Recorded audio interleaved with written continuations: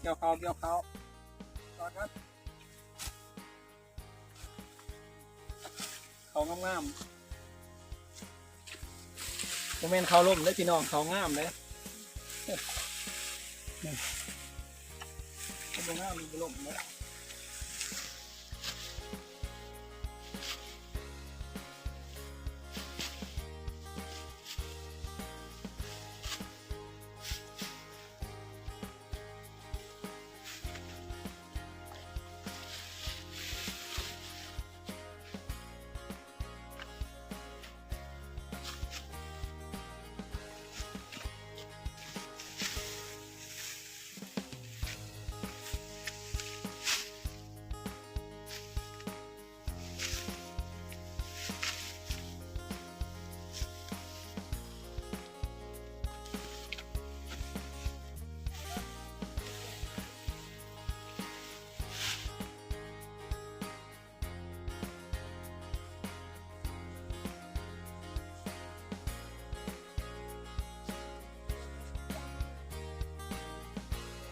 มีอาหารเตียงของสดเลยนี่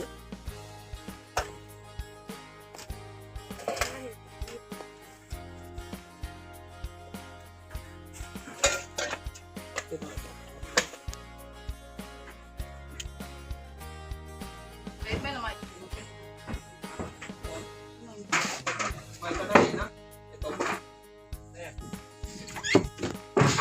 มันมีไม้จิ้มนุ่มแจ้งว่าเลี้ยงเป็นทางใต้คือเรา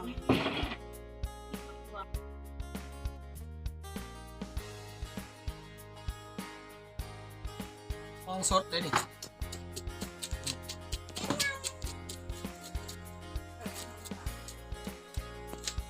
มันมีไม้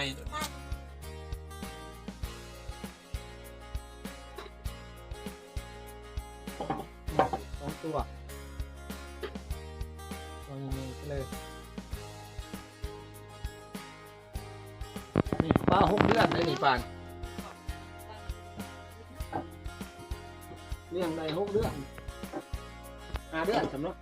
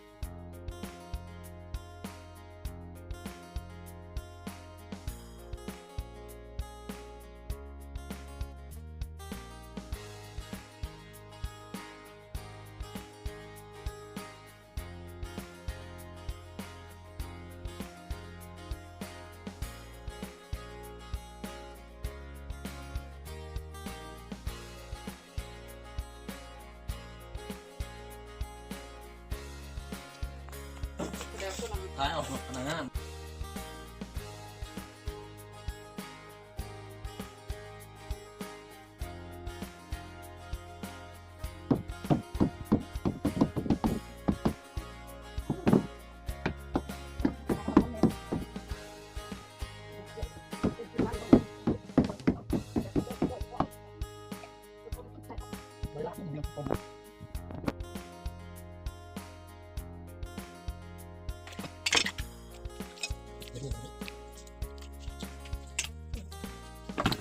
แล้วบ้านนนจันทร์ครับแต่ก็เอาบ้านนนจันทร์ม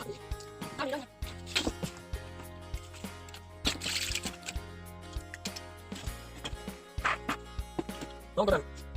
ตัวปล่อยมันตัด เขาอย่างร้องไห้ถ้าไปกูมันไปเลยทำเนี่ย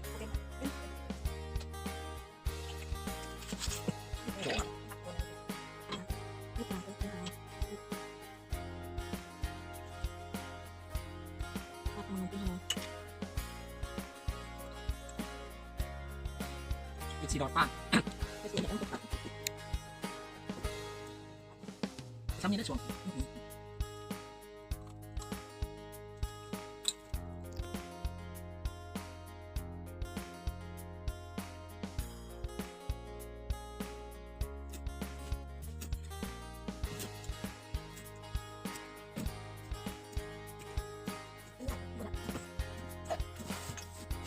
มาพี่อันขาดเลยอะไรก็นี่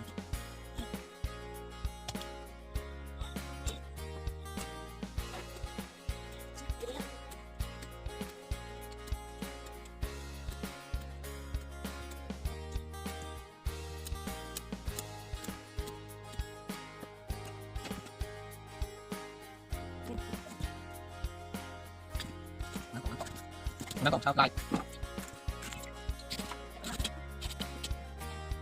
น้ำตกนี่แดงแดงอีกแต่ละกำแดงมา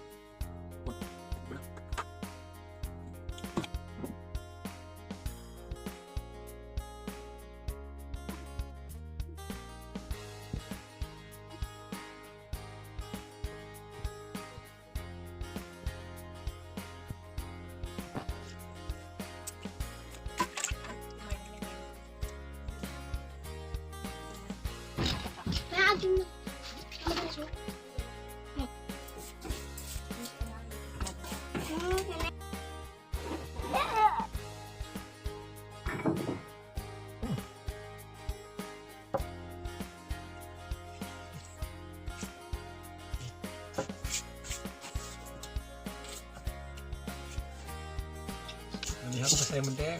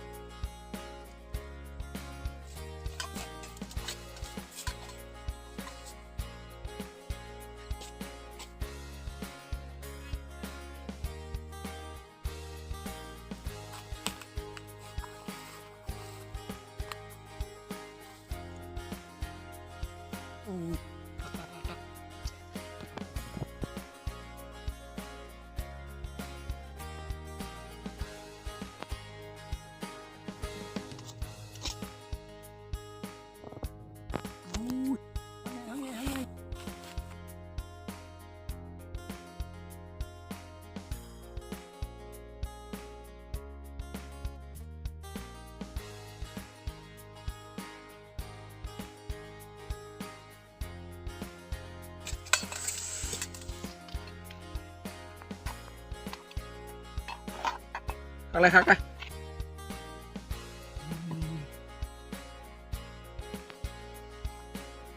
โอ้โห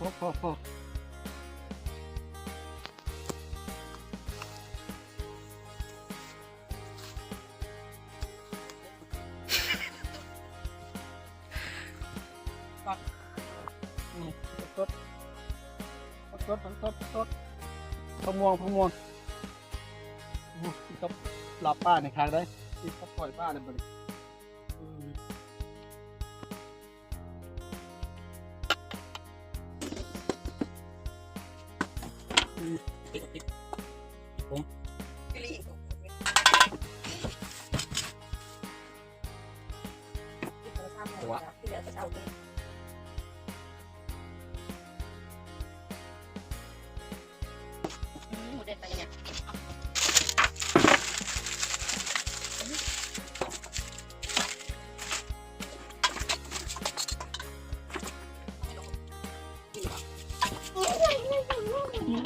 ครับไปดู จบยัง เงี้ย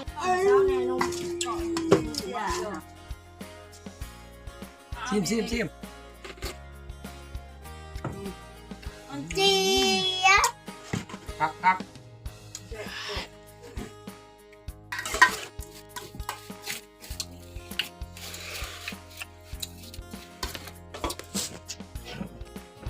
ชิมบ่พี่น้องเอาอีกคำนึง แอบแอบ หมูแดง อีกถ้วยนึงนะนมจะได้จะเอาหมอไป ทำอะไรบ้างนี่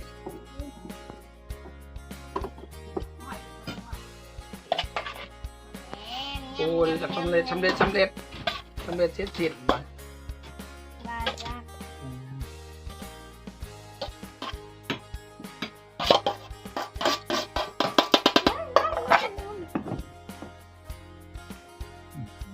มุมเพม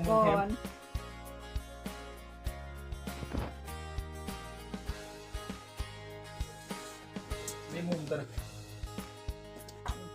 มาน้ำกินอะไรได้พี่น้องมาเลย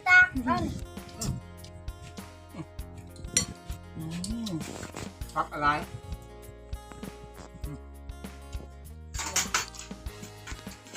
ห้องม่วง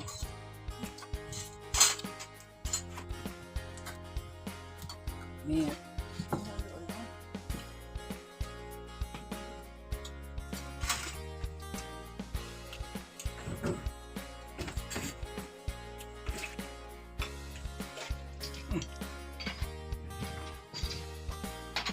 เนี่ย